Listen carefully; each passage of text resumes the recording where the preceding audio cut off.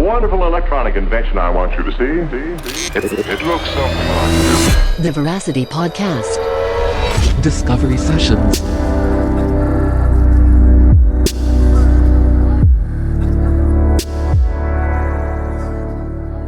Vancouver Island, how are you now? This is your co-host Brett Jameson, and thank you for tuning in to the Veracity Podcast. Today I had the misfortune of speaking to my arch nemesis, Samuel Van Ginkel. Standing at 5'8" and not an inch taller, Sam was recently awarded Regina, Saskatchewan's Smallest Face Award and has been banned from most local bars due to his embarrassing lack of dance skills. But on a more serious note, Sam is a top-notch human being and a longtime friend. He is currently completing his master's at Carleton University in Ottawa, where he is researching the psychology of personal well-being, environmental sustainability, romantic relationships, and open science. Sam has worked on the ground here in Victoria with organizations that serve individuals affected by homelessness and addictions, including Our Place Society. I hope you enjoy our chat on the science behind happiness and what it means to live a meaningful life. Okay, is there any way we can tilt his camera upwards so that people can't tell that my chest is smaller? Is that like a... or is it too late? Well, I guess we've already started. Yeah. Okay. Yeah. All right. Well, I guess we'll dive into it here. So we're sitting here today with Sam Van Ginkel, who is visiting Victoria after a stint away in Ottawa, and is one of my best friends going back to grade 9 or 10. Is that something like that? Yeah. Is that about it? Okay. So I feel like I could give a pretty good descriptive background for you, but it might be a little unbecoming. So I'll let you take the reins on that and just tell us where you came from and what brought you here. Right. Okay. So I grew up in Regina, Saskatchewan. Stayed there until I was 20. Moved out to BC and did my undergrad out there in psychology. I kind of hopped around a little bit. I thought I wanted to do some things like some more traditional routes. The funny thing is that in high school, I absolutely loved psychology. Loved it. It was my favorite class. It was the class I did the best in.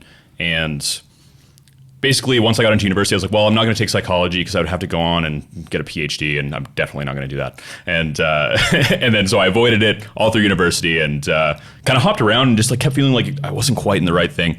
And then, come fourth year, I take my first psychology course, and I was like, yeah, no, this is it. And I slammed the degree in 2 years after that. Ended up taking a little bit of time off, came to Victoria here, worked with an organization here that provides services for people struggling with homelessness and addiction, and then ended up kind of going off to grad school in Ottawa. So, I believe when you started school originally, we were talking about you wanting to go into optometry, and I think the last conversation we had prior to you moving to Kelowna was that was the path that you were going to take. It's hard to even remember because I made so many different decisions about where I was going to go with things. But there was a time when my family's all in optics, and it seemed like the right decision to go into the family business, right? But we all know that doesn't always work out. So do you have a memory of where the deciding moment was there when you decided to make the leap and actually pursue this as a vocation or career? I mean, I don't remember a defining moment per se, but I just knew when I took those intro courses, I was like, yeah, this is the same feeling that I had in high school, where I absolutely love what I'm learning. I felt it sticking in a way that I wanted to talk about it all the time. I wanted to read more about it. That doing the work didn't feel challenging at all. And I just knew that was kind of the feeling that I'd been chasing in university the whole time. So although I liked learning about other sciences, and it felt like all of those other things I'd learned sort of plugged into psychology in some way, because I mean, we're just made of physical matter anyway, and our brains are sort of being governed by chemistry and neurobiology and all those things. So it felt like everything was sort of synergistic in the end. Right. Yeah. And so your undergraduate thesis, when your first experience with research, I believe, was centered around a similar topic insofar as it pertains to well-being, but in the vein of physical activity and So we haven't really, I guess I didn't say what I'm doing here. So basically, my research is sort of broadly focused on human well-being, and my thesis in particular is focused on the connection between pro-environmental behavior, so behavior that helps conserve the natural environment, and how that relates to different metrics of psychological well-being. And so my undergrad thesis was related to how different goals and focuses for exercise impact or are related to different measures of well-being. So people can exercise for a bunch of different reasons, right? You can exercise to get jacked and look good. Mm-hmm. You can exercise for better health. You could exercise to increase performance for a sport, or because you want to get better at movement. And so what I was looking at is, do people who work out to look better sort of have different levels of well-being than people who work out to sort of create mastery in a certain area of movement or work out for performance-oriented goals. And I mean, I don't feel like my study was good enough or definitive enough to really say much about that, but I mean, it often isn't in the undergrad. Right, Yeah, exactly. really Yeah, we found a correlation between the two. It's essentially when people tended to have more aesthetically oriented goals, they were less happy, and more performance-oriented goals tend to be associated with more happiness. So, Right. Yeah. The central kind of component of your research then tends to be well-being, or this term well-being. Sure. And so is there sort of a disconnect between well-being and happiness, or do you think of those things synonymously, or how do psychologists define well-being? Yeah. So, I mean, when we talk about well-being generally, people have been talking about well-being for thousands of years. Even like philosophers have been talking about well-being, and some philosophers have tried to make sort of objective lists of what constitutes a good life, or what is objective well-being. And I mean, that's not our goal as psychologists. We sort of are more interested in what's going on in terms of people's subjective experience. And so rather than trying to make a list of things that go into a good life, we sort of just like to ask people like whether they can decide whatever their priorities are and make a decision about whether they have a good life. So you mentioned the term happiness. It's a little bit of a wish-washy term, especially when you start getting down to things at like the scientific level. But some researchers do use things called like the happiness scale. I think the predominant research these days breaks things into finer subcomponents, because happiness can mean a lot of different things to a lot of people. So the umbrella term that we like to use for something similar to happiness tends to be subjective well-being, and that breaks into 3 different components. Okay. Yeah. And do you want to outline those 3 components? Sure. So basically, there's a cognitive element to it, and by cognitive I mean when you're sitting down and thinking about yourself, and somebody asks you, "Are you satisfied with your life?" That's a construct we call life satisfaction, and it's one that matters quite a bit. Most people want to be satisfied with their life, and it tends to capture quite a bit, because people can make a decision about whatever it is that makes a life satisfying for them and report back to you about whether it has made them satisfied. And it doesn't require that you say, how satisfied are you with your income? How satisfied are you with your relationship? And when you tend to ask people those things, you actually put them in a different frame of mind, and maybe they give you a different kind of answer. You know, if somebody's single, say, and you ask them how satisfied they are with their relationship, then maybe they start thinking about that in a different kind of frame than they would if you were just asking them how satisfied with their life they are with their life, and they can make that decision for themselves. So there's that cognitive element. How satisfied are you with your life? And there's a scale that we use to measure that. And then there's a more affective component. And when we say affect in psychology, we're talking about emotions. So there are 2 separate components of this, and this is closer to what I would call happiness. And you have positive affect and you have negative affect. Now, they're actually not on the same scale. They are related, but they are not opposites. So the extent to which you feel positive emotions is related, but not opposite to the extent that you feel negative emotions. You could have somebody who feels a lot of positive emotions and a lot of negative emotions. You could have somebody who experiences one, not the other, or not very much of either. So the balance of those 2 things are what we call affect balance, and that tends to be what we use when we're looking at people's sort of overall level of emotional well-being. Right, and it's almost expressed in terms of a proportion, right? You can only be feeling sort of a positive affect or a negative affect in any one particular moment. I mean, it's a really good question, and maybe you've experienced this as well. I can certainly think of times, it depends what it is, but sometimes you feel a lot of emotions at once. Like sometimes you might feel this weird sense of intense sadness, but also crazy joy, and that would just be a moment of intense positive and negative emotion at the same time. Right. I mean, but in any particular moment, it seems like one of those emotions takes the driver's seat, at least instantaneously, right? Where you are focusing, perhaps it almost oscillates, right? You might have a situation that's resulting in both types of emotion, but you have in any instantaneous moment you focusing on like, man, I'm really sad right now, and then but also you think about it rationally. You might be like, well, I'm really happy because of this outcome as well. So, it's a good question, but I wouldn't tend to. I wouldn't want to resign to that theory so quickly. I think it's possible to experience a lot of things at once, especially like at the neurological level. It's like you can have a lot of things ringing at once. Maybe you can only pay attention to one at once, but like I've certainly if you've ever done any psychedelics, and maybe you have, you can. And maybe you have. Throw you under the bus, eh, buddy? Yeah. Cheers to that.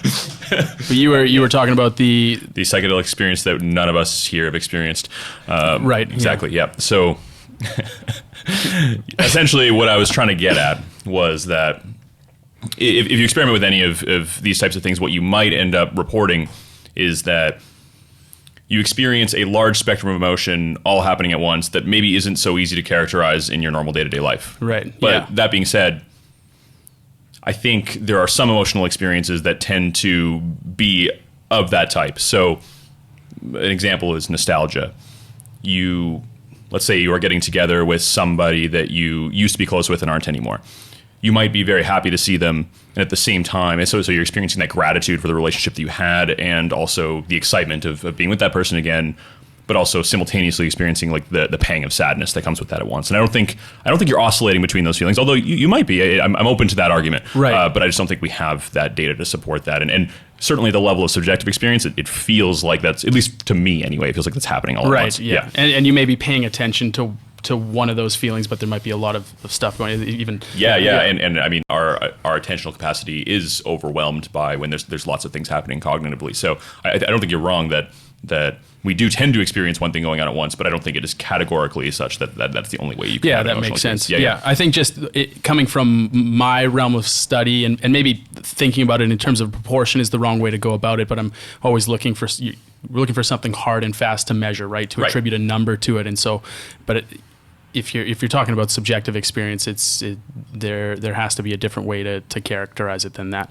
Absolutely, and I mean the way that we think about this is that people can attribute sort of a relative number to it, and you might even track this sort of experience over time and aggregate it such that you end up with a number like that. So I don't think the reason why we put the positive affect and the negative affect on two separate dimensions is so that you could potentially measure and capture the fact that those two things are happening independently of each other, as opposed to sticking them on one scale and saying that, okay, well, no, if you're experiencing negative emotion, you can't experience positive emotion. You might experience both of those things at once. Something also that I haven't mentioned is that for positive and negative affect, you also have something called valence. So that is the extent to which it is positive or negative. And then you also have arousal. So you can think of it as a two-dimensional space, like a quadrant, where you could have a high arousal, high positive emotion. So that would be something like excitement. You're very aroused. It's also very positive. You could have a high arousal. I've never heard you use the term aroused in this tense before. Staring deeply into your eyes. Yes. Yeah. Anyways, yeah. And you could also have a high arousal negative valence. So that would be something like anger. But on the opposite side of things, you could have high valence, positive valence, low arousal, so that'd be something like calmness, or the fourth one, which would be something like depression, where you're experiencing low arousal, negative valence.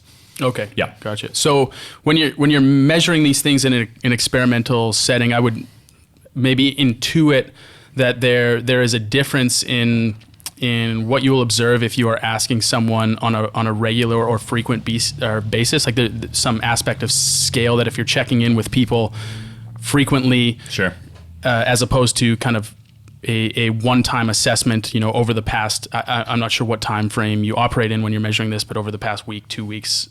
So is there a disconnect there?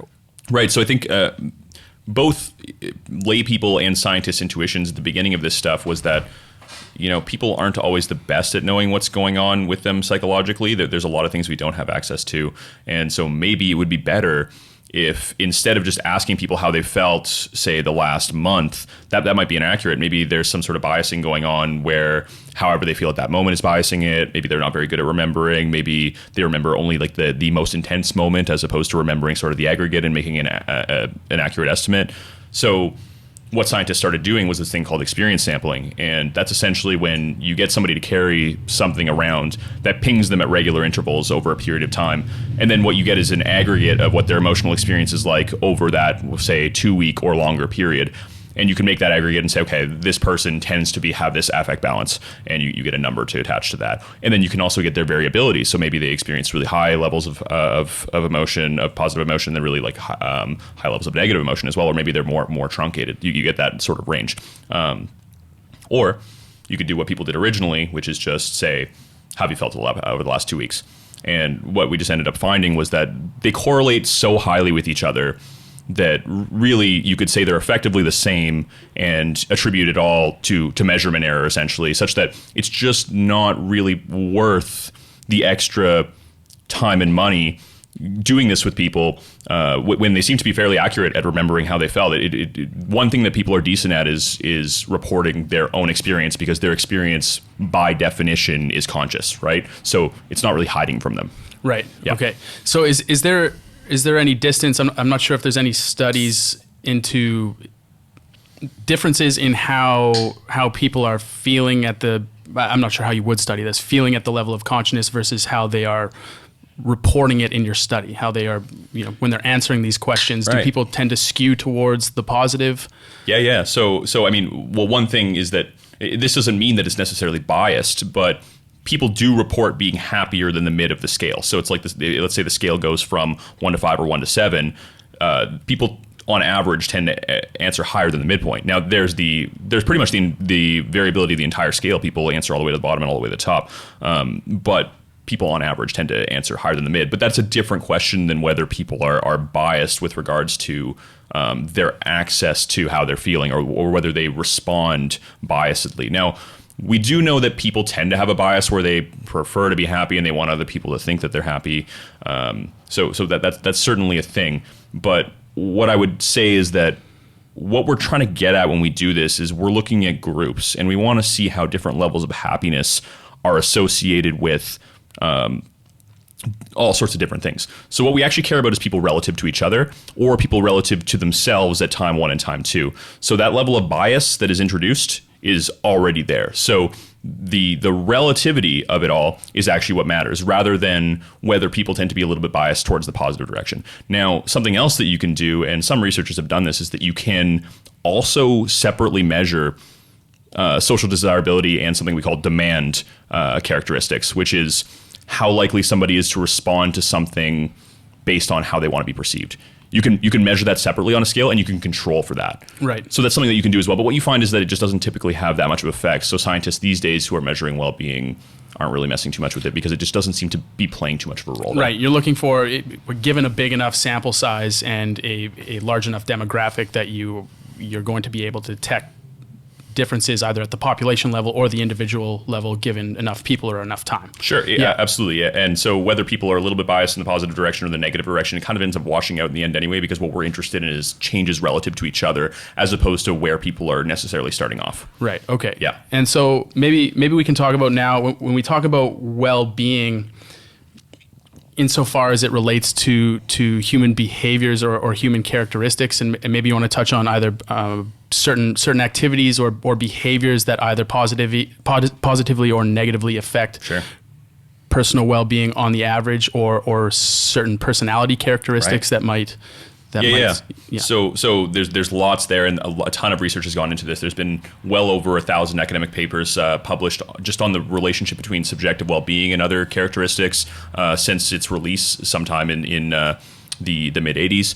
So we know a lot of things correlate pretty strongly with life satisfaction and emotional well-being. Now, the matter of correlation is different than the matter of causation. I know you were talking a little bit about things that cause increases in well-being. There's been some research looking into that. A lot of the large-scale research is looking at correlations. We're starting to move away from that now because we have a lot of that data. But some things that we do know, for example, is that income is associated with subjective well-being. So higher income, people with higher income tend to be both more satisfied with life and have higher emotional well-being. Now, there's a study that you have probably heard of that tends to get thrown around a lot, which is that basically there's a cap such that the graph levels off. There's a linear relationship between increasing income and happiness, and then once people get to about $75,000 or so USD for a household, then you have a leveling off of the amount of well-being that you get from it. A threshold after which your basic needs are being taken care of. You're not stressing about paying rent, about being able to put food on the table. And that makes sense at the emotional level because those things are stressful and will impact your day-to-day feelings. Now, what people don't talk about with that, and I think this is partially to do with a political agenda, but that's a different kind of topic. Descriptively, what we know is that life satisfaction doesn't level off. So as income continues to increase, so does life satisfaction. And there doesn't really seem to be a cap-off point with that, at least that we know within the population that we can measure. So people who have the thing with life satisfaction and that what makes it different than emotional well-being is that it tends to respond to these like sort of traditional metrics of status. When people look at their life, they think about what their life should have in it, and they think about, whether they're successful in their career, whether they are popular, whether they are well supported, whether their house is nice. All sorts of things that maybe we don't like to think should be related to happiness do tend to impact or be strongly related with life satisfaction. Right. Yep. And so there isn't then a one-to-one mapping of someone's emotional well-being or personal well-being at the emotional level and their evaluation of their life satisfaction. Yeah, so that's something we should touch on is that they are like they're moderately correlated. So they're related to each other. Now, something else that goes into people's sort of evaluation of whether they're satisfied with their life undoubtedly is, you ask somebody to sit down and think about this, and they probably do some type of thing, like they sit down and think, okay, how do I usually feel? And whether they aggregate that properly or not, who knows? But what we do know is that they must on some level, because there's a correlation of about 0.5 there. So what it says is that they're different. They aren't the same thing. It's not like there isn't a one-to-one relationship such that as your emotional well-being increases or decreases, you have a similar increase or decrease in life satisfaction. But they're strongly enough related that if you have a life filled with happier moments, you will probably be more satisfied with your life. Right. Yeah. I guess it depends at what scale you're monitoring it to. If you were to ask instantaneously about someone's emotional state, and they might report being in a state of negative emotion, maybe they're sad about something that's happened prior, or they're ruminating over something over the last couple of days. But if you were to ask them to evaluate their life as in the aggregate, they're going to say that it might not map entirely. Yeah, so that's an important point, and these experiments have been done because originally, when they're trying to clarify the concepts of life satisfaction and emotional well-being and wanting to make sure that they're different, when we think about what life satisfaction should mean, it should not be influenced particularly by a moment-to-moment experience. It really should be this cognitive evaluation looking at how your life is and an aggregate of a lot of different experiences. So what we do find is that if you can mess around with people essentially and play with their moods and emotions, and it doesn't have too much of an impact on their life satisfaction. The weather outside, what's happened that morning, an interaction that they've just had with somebody, negative emotion priming or like giving them primes of like a negative story or stuff, that people are able to exit that space and sort of maybe more objectively look at the characteristics of their life and give a more accurate evaluation. Right. Yeah. Okay. Your undergraduate research focused on aspects of physical activity and the motivation behind it. Right. Can you speak to maybe behaviors or activities that tend to give people higher levels of personal well-being? So there. First of all, an interesting one is that there is an association between religiosity and subjective well-being, but you can sort of parse that out and start looking at for who and under what situations. So people who are associated with a religious denomination tend to have a higher social support network, so that tends to mediate most of the relationship. Right. The effect is coming from the community there, as opposed mostly, yeah. And then there is also a mediated effect through religious belief. So having some source of meaning and feeling like you're attached to some sort of like binding life philosophy does impact people positively. But what we tend to find is that one in nations that are highly religious, that effect is strong. In nations where people are not very religious, that relationship tends to go away almost entirely. So, I think in the highly religious communities or nations, like there's a high cost to being the outlier there, right? A high social cost to being the one who is not following along. So that makes sense. And things like imposter syndrome or even just a general sense of belonging would go along with that. And then also there's, even if you look at more objective measures, like people tend to benefit a lot from religion if they are in circumstances, in economic circumstances that are very hard going, or in social circumstances that are very hard going. So when people essentially are having issues with their life, turning to religion actually does seem to really impact their well-being, and there is a strong association there. When people have their stuff taken care of, and that's the other thing with rich nations as well, is that once you have that kind of taken care of, you seem to be able to offload that. And interestingly, a stronger government seems to somewhat supersede the role of religion. So in nations with a really strong democratic government that has strong but democratic rule, you end up with that relationship sort of dissolves. Yeah, as you get an increase in secular beliefs and philosophy. Yeah, and increasing trust in the people who are in power. So you almost don't need to offload that onto a god or whatever you believe in. Right. Yeah. Okay. So there's that. That I would classify that as a behavior that you could engage in. And then there's more common things, or I guess not more common things, but smaller things like engaging in lots of exercise. They're related in both directions. So exercising more makes you happy. Being happier makes you want to exercise more. And things like, so you were talking a little bit about behaviors you could engage in. This starts to get into my area a little bit. There is something we call in the field pro-social behavior. And what that just tends to mean really is that are you doing something that is better than just for yourself? So are you helping other people? And there was sort of a recent meta-analysis looking at this in 2018. And they found a small to medium effect over the course of many experimental studies looking at, does engaging in helping behavior with other people make them happier?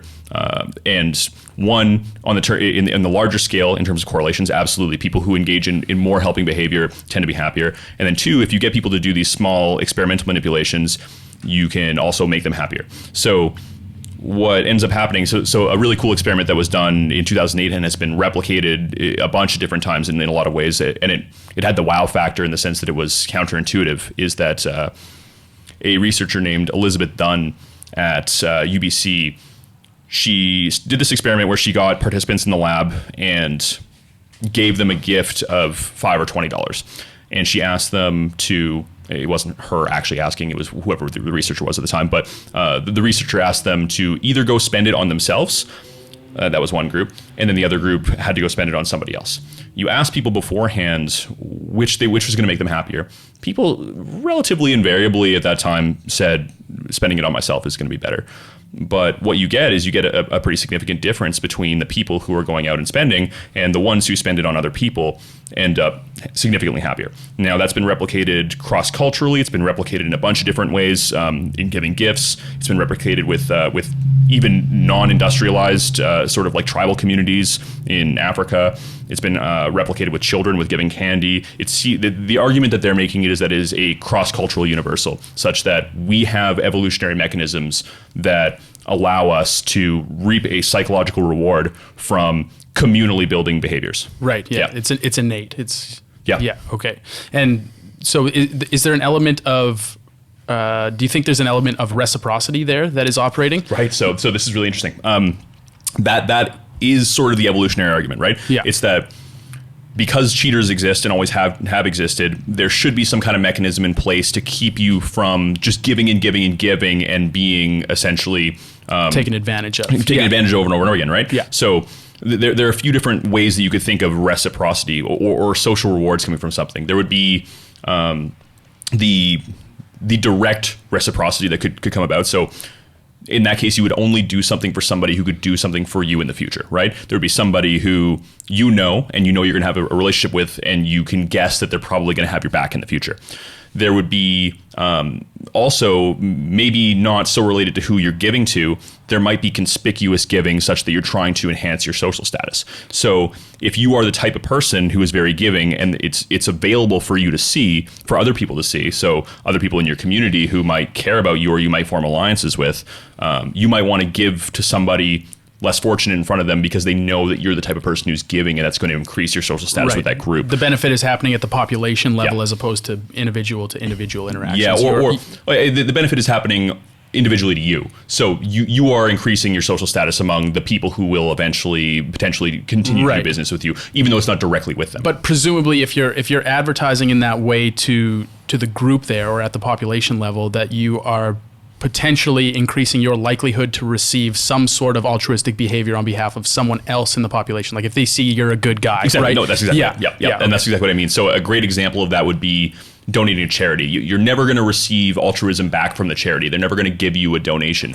But people love conspicuously donating to charity because, especially, that's why they have these massive events. People get their name put up on things. People get their name announced as having given the most generous gift because it's a fantastic social status boosting intervention. Right. So those are sort of like a couple of the theories about the ways under which that might operate. But what's interesting is that it actually doesn't seem to matter. So for whatever reason, they've done some experiments looking at whether helping a stranger conspicuously or inconspicuously versus helping a non-stranger it impacts well-being. And what a lot of these experiments have found is that there doesn't seem to be much of a difference. So you can help a non-stranger inconspicuously and still experience this increase in well-being. So it doesn't seem to be operating under the mechanism. So what seems to be impacted there, and this is the complexity of psychology, is that their self-worth and self-esteem seems to be boosting. So they have this relationship with themselves such that they have this self-narrative going on about, am I a good person? Right. Okay. So reciprocity isn't a contingency there. It is. Sure. It is more at the level of how you view yourself as a person. Now that might dissolve if you are, say, in a society, and this is just me talking off the cuff, I don't have any research to back this up, but if you were in a society that is less trusting and more suspicious, and you are more likely, like there might be mechanisms that we have going on that set off alarms as to whether you want to be stingy or not. And if you're in a society, say, where you feel relatively safe and not and you have abundance, maybe that just gets turned off. And for most people in westernized industrial society, maybe they just feel like that's off. But really, that's all speculation. Okay. Yeah. So maybe we can move into then the aspects of your graduate research right now and pro-environmental behavior. So while not pro-social, we are at a point right now where we're dealing with a very significant problem with respect to climate change and environmental degradation. And so if I'm correct, you are looking at the impact of pro-environmental behaviors on these metrics of personal well-being. Yeah. So there's a few things to say there. So one, there's a lot of different ways to think about pro-environmental behavior or environmentally conservative behavior. Like conservative is probably the wrong word. Conservation behavior in the environment.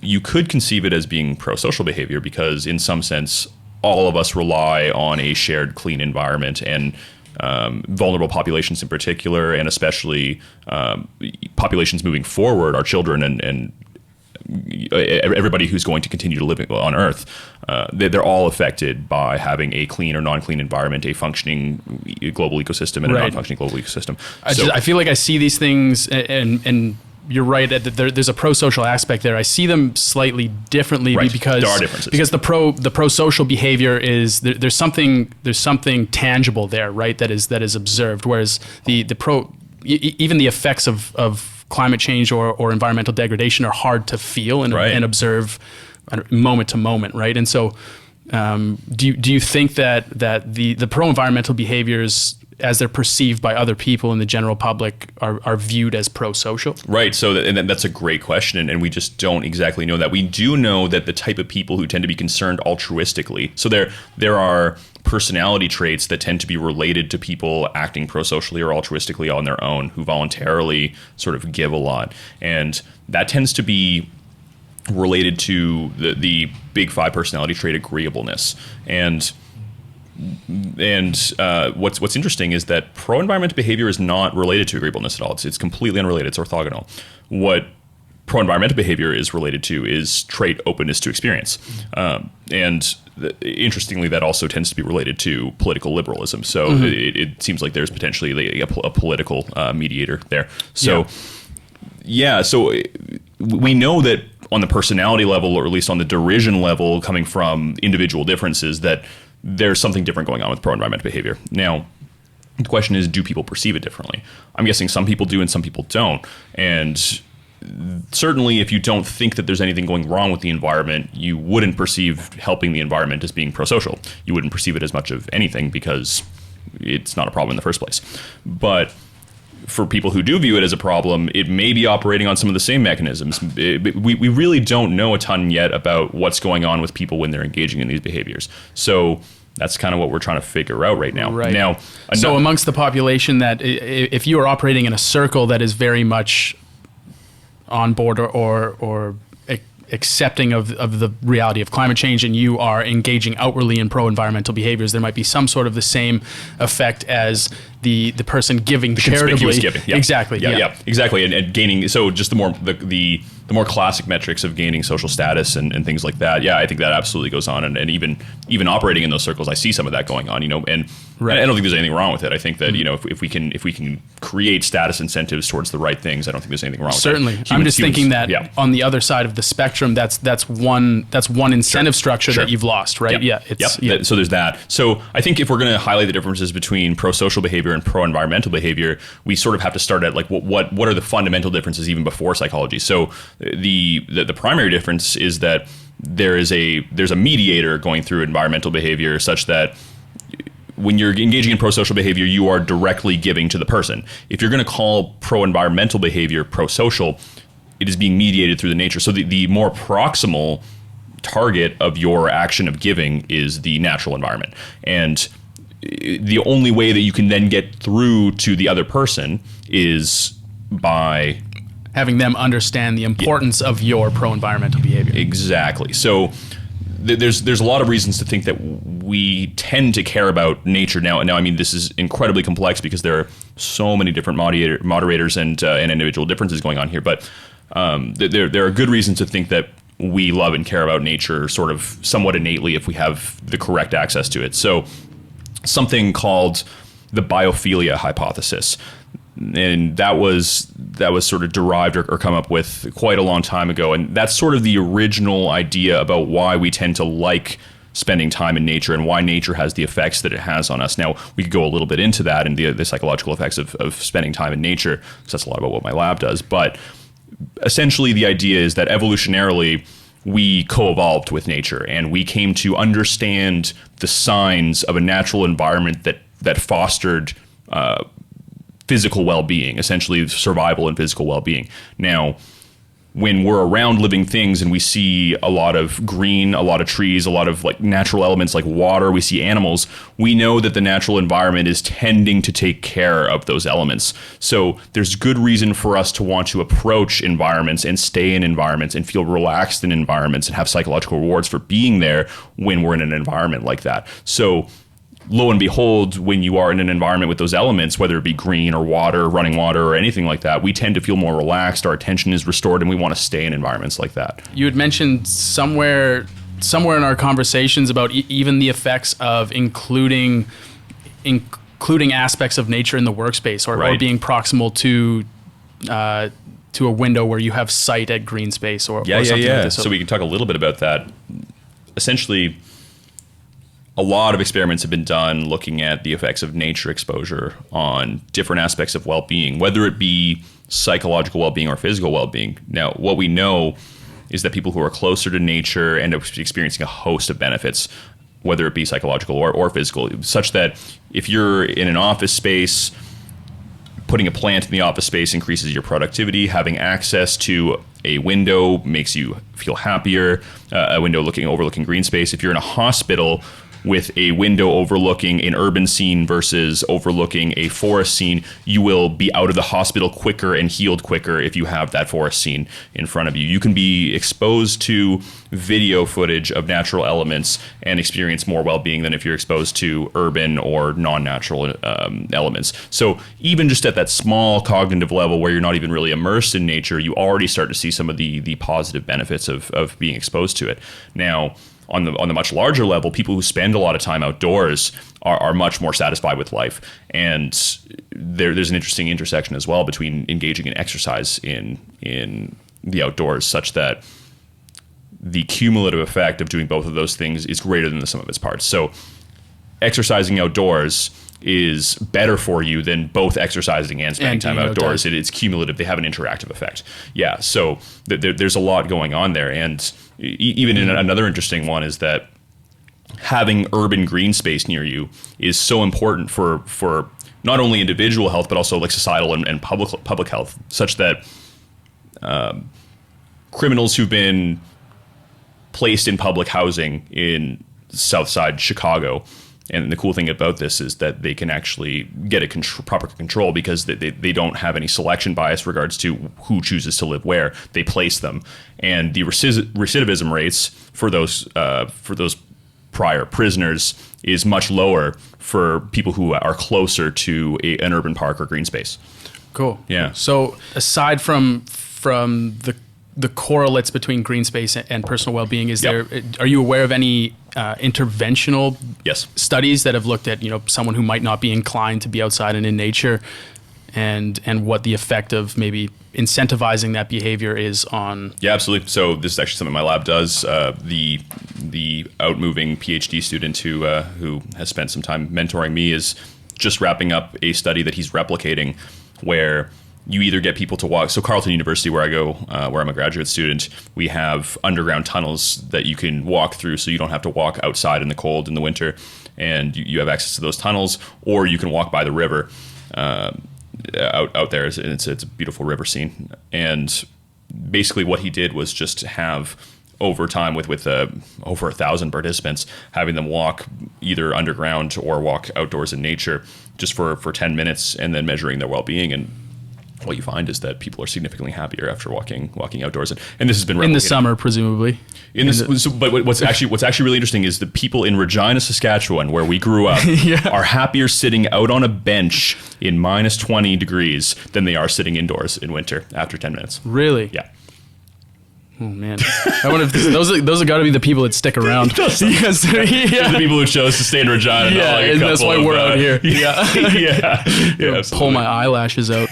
They'll fall off. Yeah, I won't even have to. Yeah. So, in the context of pro-environmental behavior, how do you go about disentangling the effects of the pro-environmental behavior versus what might just be an effect of being outside, if you know that has an impact, right? Is there a way to... Most of our pro-environmental behavior doesn't involve being outside. A lot of it just ends up going on in your home or in decisions that you make and how you commute. So the thing that I'd preface this with is that, one, the state of the research right now, we're pretty sure, we understand that engaging in more pro-environmental behavior is correlated reasonably with higher life satisfaction. That's sort of the state of the research right now. We have large-scale studies showing that, and we know that people who engage in more costly behaviors, more than anything else in terms of time, money, and effort, tend to be more satisfied with their life, making more of a sacrifice on the end of the environment tends to be more strongly related to life satisfaction. And what we also know is that some of the economic research that looks into this, basically the way that they're defining economic utility is through life satisfaction. And the way that they tend to do things is they use equations to look at, okay, are people maximizing their economic utility? And when you define utility as being life satisfaction, they're finding that people on average are not maximizing their life satisfaction utility in such that if they engaged in more pro-environmental behavior, they have more to get out of it in terms of life satisfaction. They're not yet optimizing their level of life satisfaction with regards to the amount of pro-environmental behavior they're engaging in. Now, this is, of course, all correlational research, so making a statement like that is a little bit too strong, although that is what the types of statements that economists tend to make when they're writing these papers. So what we're trying to look at now in the lab, and we're the first ones to my knowledge who are doing this, is that you go out and you get people to engage in pro-environmental behavior, and you look at whether it seems to be impacting them on different levels of well-being. Right. And so what's your control grouping there, right? So I'm assuming you are incentivizing a group of people to go out and engage in pro-environmental behavior, right? Sure. And so your control grouping then is you have another group of people, and you might incentivize them to partake in a different behavior that is not either pro-environmental or pro-social or sort of neutral. The way we think about this, we have to take a model for typical positive psychology interventions, because that is really the way you need to think about this. Is we're trying to impact people's well-being with certain behavioral manipulations, and the sort of state of the way that the science works with regards to these experiments is that it's not enough to just have something like a waitlist control group where one group is doing nothing the other group is doing some sort of pro-environmental behavior. Because what you tend to find when you do that with almost anything is that doing something makes people happier than doing nothing.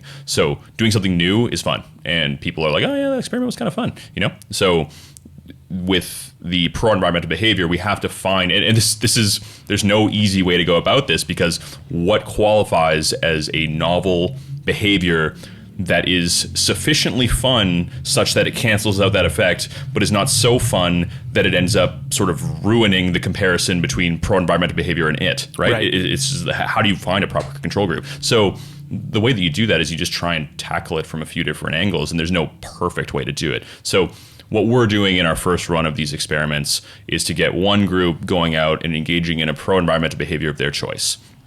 And we give them a list. We give them a list of things that we know tend to be related to life satisfaction. And that tends to be pretty much the whole gamut of pro-environmental behavior, save a couple things that are just neutrally related. And you get one group to go out and do that. And then the other group is going out and they are taking photos of art around campus. So, why that? It's just going to take about the same amount of time. It's going to be reasonably fun, but like not so fun that they're going to be like, oh, this is amazing, I want to do this all the time. But we're actually a little bit concerned, because when we look at it right now, the feedback we're getting from participants, sometimes they'll email me, sometimes they'll leave a comment because we leave a space for them. They're like, They really dig this the art. was fun, yeah. I really enjoyed this. I really enjoyed this experiment. Trees suck, dude. I'm kind of like, fuck, like you're not supposed to enjoy it this much, like chill out. Yeah. So I mean, what is a meaningful comparison? It's hard to say. A important step in the future might be to go alongside a waitlist control group and see, okay, how much are these interventions making people happier than doing nothing? And maybe if it's enough for both of them, then it's okay to say, okay, well, people really like taking pictures of art, and they also like doing pro-environmental behavior. Yeah. So we were talking about before the aspect of the reward that you get in terms of pro-environmental behavior can be contingent on how the community that you surround yourself with views the topic in general, right? So how do you prime your experimental group by, I don't know, educating them in some way as to why they are engaging in the behavior in the first place? Yes, absolutely. So we hypothesize that having context for this behavior is probably an important moderator for how it's going to change the experience for them. So if you don't know that there's a problem with the environment, which is tough to conceive of, but I'm sure there are lots of people out there, and or if it just isn't coming to mind for you, if you think that individual behavior is useless or that it's just a problem at the systemic level, then you're unlikely to understand or even feel emotionally why this is a good thing to do. So we prime both the control group and the pro-environmental group with the video. So the video for the environmental group is a Nat Geo video describing the problem of climate change, describing some things that nations are doing or that organizations are doing, and then getting into the importance of individual action and how that ends up aggregating to impact the whole project, and ends on a hopeful note, because we know that that's important for mobilizing people and making them feel like it's important for them to engage in pro-environmental behavior. Right. I don't want to skip over that super quickly. So is there research into the differences between giving someone sort of the doom and gloom scenario? Yeah, it's a big issue. Yeah, okay. It's a big issue. So the funny thing is that a lot of the people who don't believe in climate change obviously aren't going to do anything about pro-environmental behavior. A lot of the media that is sort of educating the liberal population, who are the people who tend to care about environmental issues, is very hopeless and doom and gloom. And so you end up with this interesting problem where the entire political spectrum is being fed information that is keeping them from engaging. It's immobilizing. Exactly. Yeah. So we do know that hopeful messages tend to mobilize people more, and feeling like people have some sort of agency is both good for their well-being, and it's good for engaging in the behavior voluntarily. Right. Yeah. And then, so going back to what we were talking about before, the other group, the control group, they're watching some video just giving them context for where the Carleton art came from, essentially. Mm-hmm. Yeah. Okay.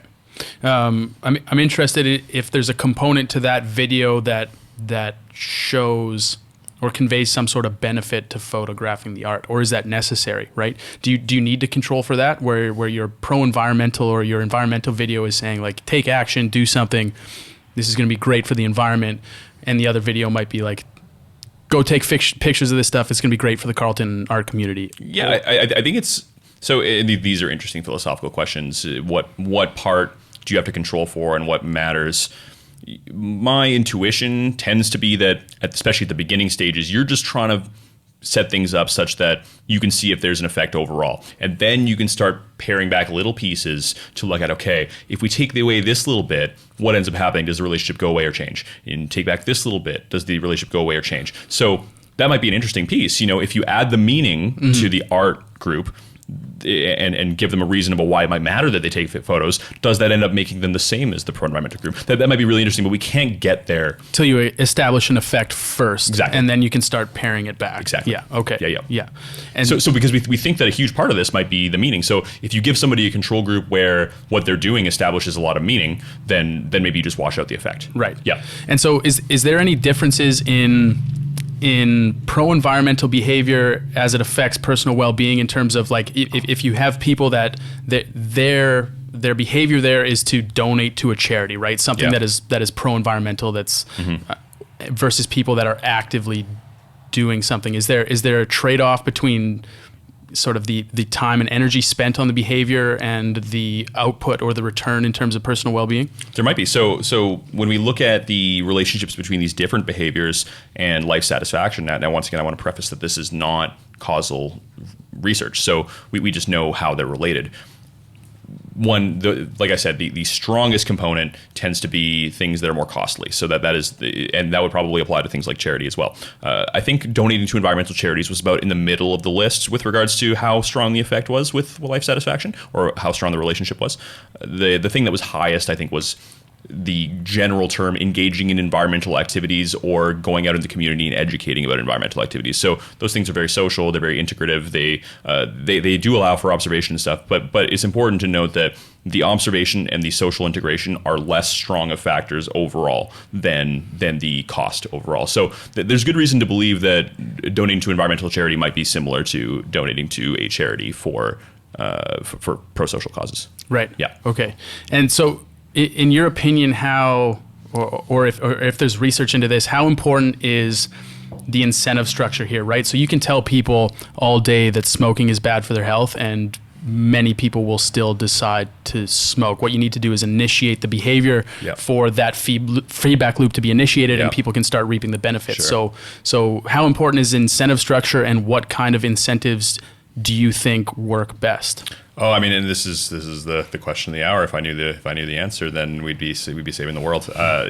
So it's really hard, and even especially when we're talking about well-being. I mean, I think the big draw for this project is creating a personal incentive structure for well-being. So the thing that we know is that when you tell people that something makes them happier, they tend to try it out and do it. So if we can create this campaign, if we end up actually finding that engaging in pro-environmental behavior does make people happier, does increase their subjective well-being, then, and we replicate that and we figure out exactly what's going on and for whom, we can kind of market this as a positive psychology intervention, and that will sort of have this dual benefit of helping people become happier and then helping the planet become a better place. Now, I'm not under any illusions that this project is going to create such an incentive structure that's going to, disarm the fossil fuels industry or anything like that. So it becomes a really interesting question when you start talking about, okay,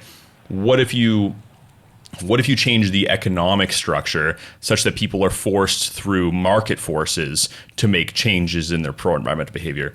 I think it's very likely that you don't get that effect, because the necessary component there is the voluntary behavior. Right. So there's some sort of agency that is operating there. People need to feel like they're doing things out of their own volition as opposed Right. to being forced to do them. I think all you got to do is go around and talk to a few people about how they feel about carbon tax, and the people who don't want it certainly aren't feeling like, oh, I'm so happy to be helping the environment right now. I mean, the people who want it do, but they're likely to be the people who are already engaging in voluntary pro-environmental behavior anyway, maybe. Right, yeah. But I mean, that group is also not on bored with its validity either, right? So there is no social incentive to engaging in the behavior. Totally. So there's just so many barriers there. So what do I think are the right incentive structures? I mean, I personally don't feel qualified to really be talking about that. I'm not an economist. I just have my own half-baked opinions. I think the economic incentive structures are great. I think they're where we need to be, because I think right now asking people to do things voluntarily probably isn't getting us where we need to go. That being said, not really up to date with the strongest research. So everything that I have is sort of tangential. Right. Yeah. Okay. Is there anything else that you feel like we should touch on? Yeah, so I think one aspect of well-being that we missed out on, there's a couple that I really like, and I think they're worth mentioning, and they're also involved in my project, is that, so you have this aspect of subjective well-being, and that breaks down into sort of the affect component and the cognitive evaluation component of life satisfaction. But some people are skeptical about the whole project of happiness to begin with, and you get this when you start talking to people about happiness. A lot of people will tell you that their goal in life is to be happy, but a substantial minority of people will feel like there is some vapidness to this. And you get this from some prominent psychologists. Somebody like Jordan Peterson will often talk about how happiness is a vapid goal, or that it might get in the way of what you want. So something I think that's important to mention first off the bat is that happiness doesn't tend to get in the way of the things that we care about. If you look at all of the correlations, people who are happier, who have higher satisfaction with life and experience more positive emotions, they tend to be more productive. They tend to be better to be with socially and have stronger social relationships. They tend to be more creative, and that is at the state level and at the trait level. So when you get people in a good mood, they will be more creative there. And then people who just overall tend to be in better moods and more satisfied are more creative. People tend to live longer. They have less health episodes. They make better decisions with regards to their exercise. They make more pro-social decisions. They help other people more. They're more likely to engage in pro-environmental behavior. The whole gamut essentially suggests that happiness, despite being on its own something we should care about just because the experience is good, it also relates to all of these other areas of life we care about. So for the people who are skeptical about why happiness matters, I would just say that you might be missing the mark. I mean, there are certainly levels of happiness that might get in the way of things, but most people aren't there. Right. Yeah. It sounds like the skepticism there might be coming from a bit of a misunderstanding, and perhaps this is where the term happiness misses the mark in that when you're talking about personal well-being, it doesn't really it doesn't sound like you're talking about a constant sort of radiating efflux of positive emotions, right? And and well-being encompasses more than just sort of the hedonistic or the positive affect of that, right? There are other elements, and perhaps there are aspects of the struggle or of negative emotions that can also play into personal well-being. Yeah, absolutely. And I don't think anybody is suggesting that a emotionally healthy person shouldn't experience any negative emotions. But on balance, experiencing more positive than negative and experiencing less negative for most people would be good. Something like a manic episode might be characterized by insane levels of arousal and positive emotion without any negative emotion, and maybe that would be maladaptive. But for most people, doesn't seem to matter too much. It seems to just be positively correlated with things we care about.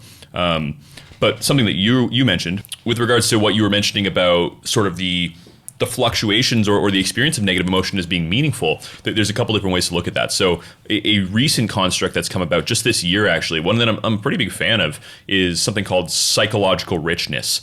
And a substantial minority of people, if you ask them what they care about more, whether they care about leading a happy life, a meaningful life, or a psychologically rich life, and you do this cross-culturally, what you get is the majority of people want a happy life, somewhere just over 50%, usually in that range. And then after that, something in the range of like 30% or so give you in the 30s of wanting a meaningful life. And an important flag to put there is that although poorer nations tend to experience less subjective well-being, less happiness, they tend to experience more meaning in life. So meaning might be adaptive in terms of getting people through hard times. And there is some evidence to suggest that experiencing meaning gives resilience during times of struggle. And then another substantial minority, somewhere just beneath the 20% range, actually prefer a psychologically rich life. Now, what that means, it's characterized essentially by a wide range of experiencing as many things in your life as possible. And it's sort of orthogonal to just experiencing positive emotions. In some ways, it's like trying to experience just what it sounds like, the richness of what life has to offer. Now, what's interesting is that the extent to which you value psychological richness and the extent to which you experience it are, one, strongly related to psychological well-being, so subjective well-being. It's related to both meaning in life and subjective well-being quite strongly. So people with more psychologically rich life tend to be happier and experience more meaning. But two, it's also strongly associated with the personality trait openness to experience. So you can understand why that might be if people who are high in openness to experience want the full gamut of experience and are interested in everything that life has to offer, even if it feels negative, that offers some type of intrinsic value to them. So those are two other types of well-being. And what's interesting is that the meaning in life component is another sort of dependent variable that we're looking at in all of this, because we also know that the thing that's most affected actually by engaging in pro-social behavior is meaning in life. It moves much more than subjective well-being, actually. You get people to go out and do something nice for somebody, whatever it is, and you get this pretty big shift. People feel like they are somehow just transcending their own needs. They're doing something that's important for other people. And we sort of all have that base need to feel like we're important, that we matter. And so that's where that sense of meaning can often come from. Okay. Yeah.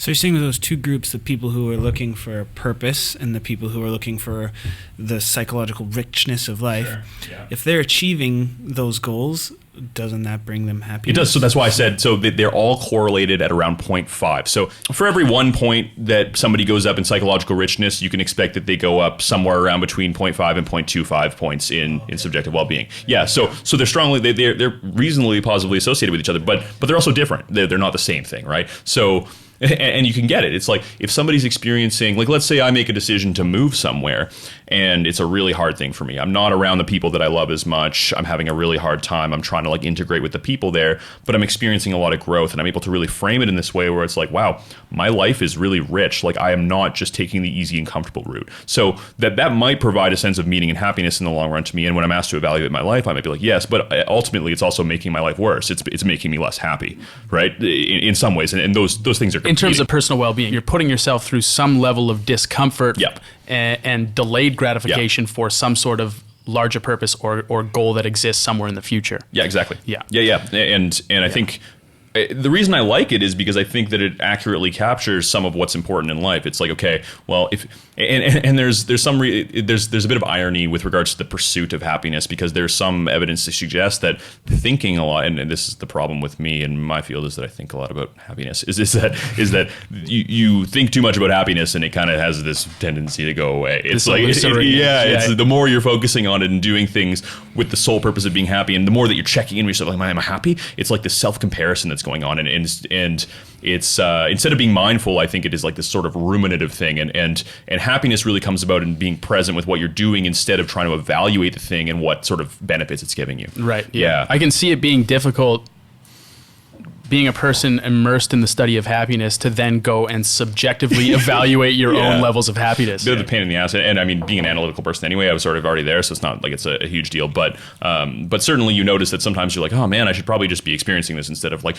wondering exactly which variable it's affecting and what the correlation is between. It's just it's a little bit of a losing game. Yeah, absolutely. Yeah. Maybe this is a bit too personal of a question, but shoot it. In terms of your own personal well-being and how you've sort of grown since I met you in the halls of Campbell Collegiate, right? And sort of how your study on happiness and well-being has influenced how you behave or how you have shifted actions and what impact that has had in the long term on your own subjective levels of well-being, as hard as it might be to analyze. No, I think I spent enough time that I've made some progress at least. So what's interesting to me is that as a teenager, I don't think I had a high dispositional level of happiness. I don't think I was a particularly happy teenager. And I think that poured out in all sorts of ways. And I think as an adolescent male, that ends up pouring out in sort of covert ways. You end up engaging in self-destructive behaviors and stuff. And I remember that at the time, my mom and I were often having conversations about it. And she bought me this book, like very, very well-intentioned, and ended up being sort of a huge catalyst, I think, and probably a significant catalyst for my interest in this field. She bought me a book called... What was it called? I think it was just How to Be Happier or something like that. I don't remember the author or the title so much as the content of the book. But I remember what it told me was that, and this is interesting. I don't know if this is exactly the direction that the research is going, but I think it worked for me, and I think it makes sense given some of what we know about where we get a sense of self-worth and happiness from. Is that it suggested that you want to engage in behaviors that are both intrinsically and extrinsically motivated as possible. I guess that's how I'd frame it now. That's not necessarily the words they were using, but they were saying, okay, you want to think about your time in a way that you don't want to just be doing things that are pleasant now and are going to cost you later.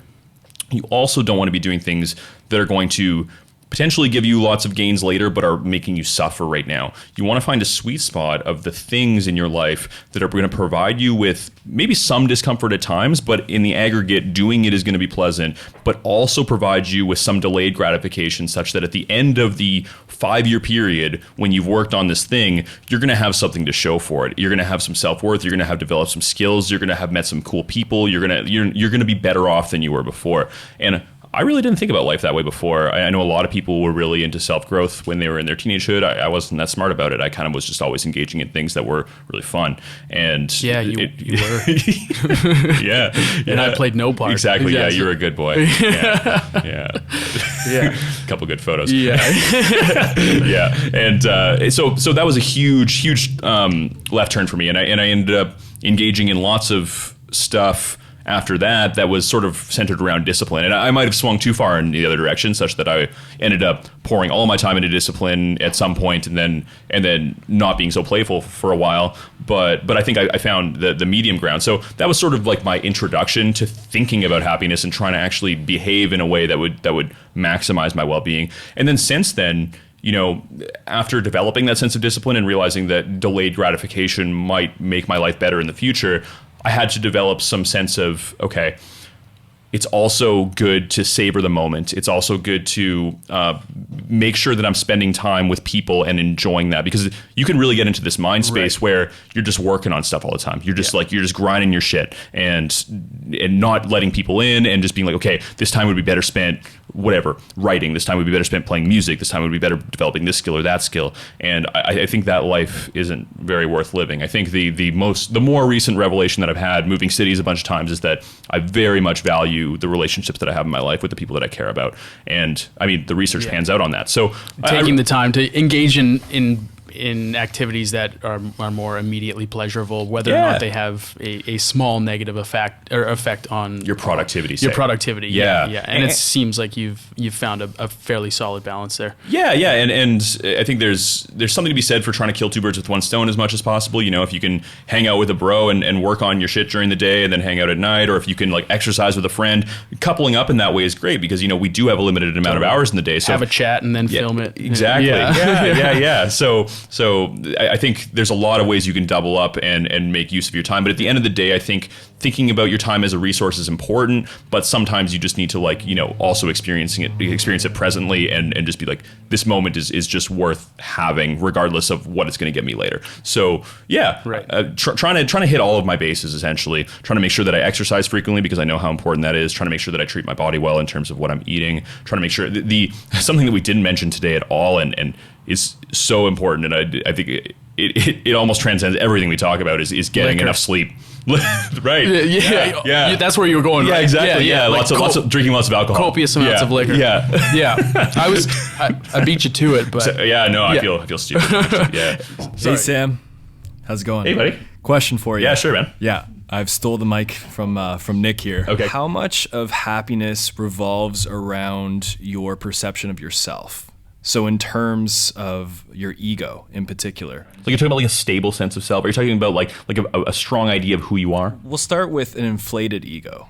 Okay, sure, yeah. So, and I mean, even that is tough to define. Like that's pretty general. But so it's like the extreme end of the spectrum that comes to mind is something like narcissism, right? And narcissists aren't happy, but that's coming actually from, although they do have an inflated sense of ego, that's almost in response to an intense inferiority complex. Like it's like they're battling with this idea of themselves. There's a couple different ways to look at this. So self-esteem is strongly associated with both emotional well-being and life satisfaction. Feeling good about yourself is good, but also an elevated level of self-concern, constantly being self-conscious and thinking about yourself, and like reputation managing and that kind of thing, which can also be associated with self-esteem, is detrimental to your subjective well-being. So there's a lot of different ways to look at it. I think you have to parse like what we would call the ego, and we don't tend to use that term very much because it's comprised of so many things. But yeah, you almost have to break it down and look at, okay, part of the ego is like how you view yourself in relation to others. Well, comparing yourself a lot to others isn't so good, but feeling like you are high status comparison with others tends to be good.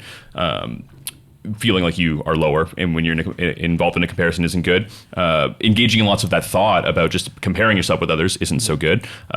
Having just a general sense that you matter to other people is really important. And what would be another way that one could have an inflated ego? I suppose in terms of always satisfying the self, defending the self, and protecting the self. I was gonna say, like, even with myself, I can get in places where I'm doing myself some sort of observable harm by just observing or identifying too much with the idea of a cohesive self, right? So something has happened, I've done something that's like, it's maybe out of character, like that's not something that I would do, right? And then you associate it with this idea of myself as a person, as opposed to just like a behavior that's happened, and there is a variety of reasons why that might have happened. Sure. So we can get into. I think the only way we can touch on this is through proxies, because it is such a like. It's sort of like an ambient topic, and it's something that's really like tough to tune into.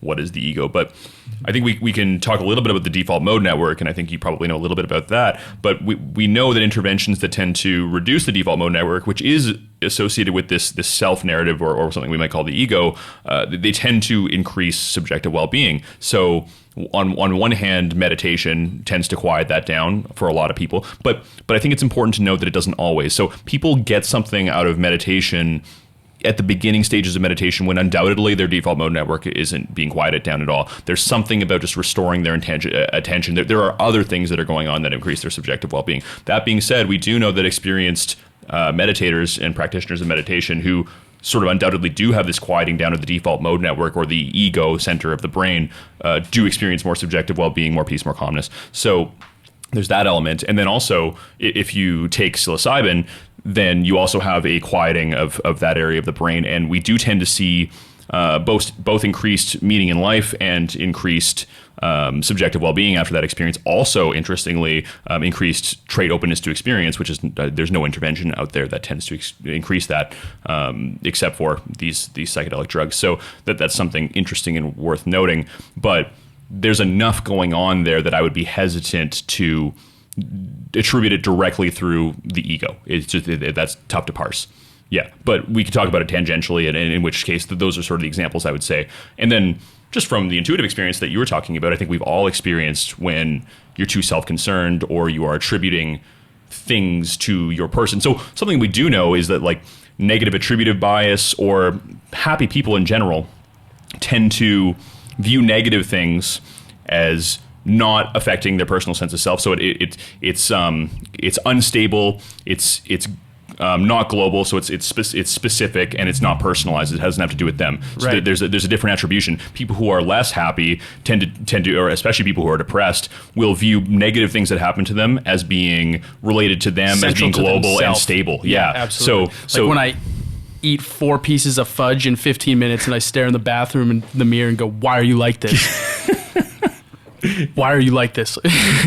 Yeah. That's kind of what we want to move away from. Yeah. But I mean, the interesting question always comes from these these are correlational data, and it's like, well, which comes first? And it's hard to know. Right. But I think what we do know from cognitive behavioral therapy that engaging in more of that non-attributional stuff for negative stimuli or negative events, it does tend to be helpful for people.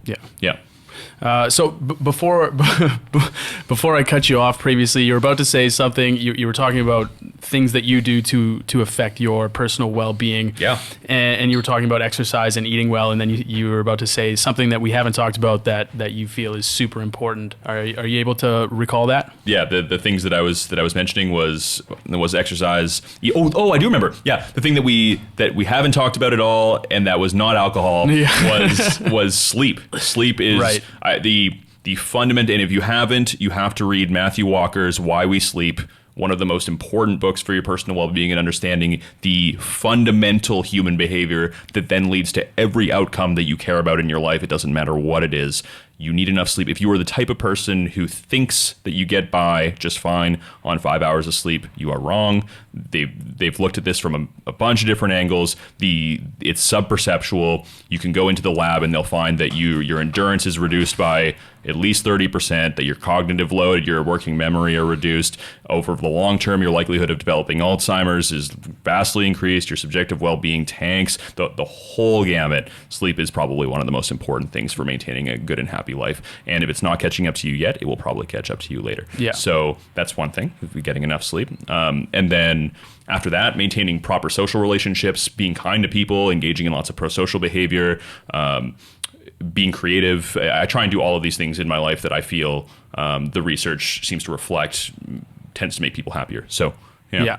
So another thought that came to mind, just having known you for so long and having us being close for so long, is that it's hard for me to pinpoint any sort of hard and fast sort of transition point, right? Where as both of us in high school and in those years, maybe shortly afterward, we're engaging in some what people might call antisocial behaviors as opposed to pro-social behaviors and stuff that was at times self-destructive. Yeah. And sort of so we have kind of grown together into this space that we're operating in now, and it's hard for me to pin down exactly where. Happened, So right. do you are you able to recall a period in your life or a time where you started, like an aha moment?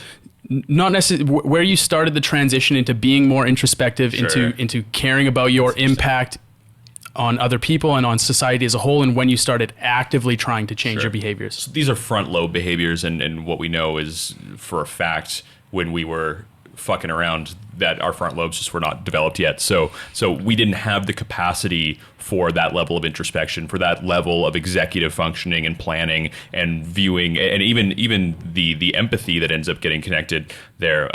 All of that was sort of just pre-developmental. So I can just watch this transition. I remember the year after high school, you and I don't remember, you didn't take a year off directly after high school, but you were sort of like messing around in university, and like I don't think you were doing I was super taking well. like 3 classes a semester, and just Drink half-assing it. Exactly.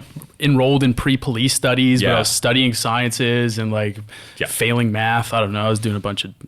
Whereas I knew I didn't even think I wanted to go to university, and I took a shitty job in a warehouse at Canadian Tire making minimum wage. And I think during that year I was probably doing some neural development, but I also realized at that moment, like spending all that time in a warehouse, that I was not cognitively stimulated at all, and I was just aching for it, and I was really lacking this sense of meaning. I was, and I don't know if I thought about it at this time. Like looking back, I know that was what was going on, but I think somewhere along the line I realized that I wasn't enjoying it, and that I was like, okay, maybe there's more to life here than just like having fun and just doing shit when I'm not working. I want to be stimulated. I want to be involved. I want to have a purpose for what I'm spending my time doing.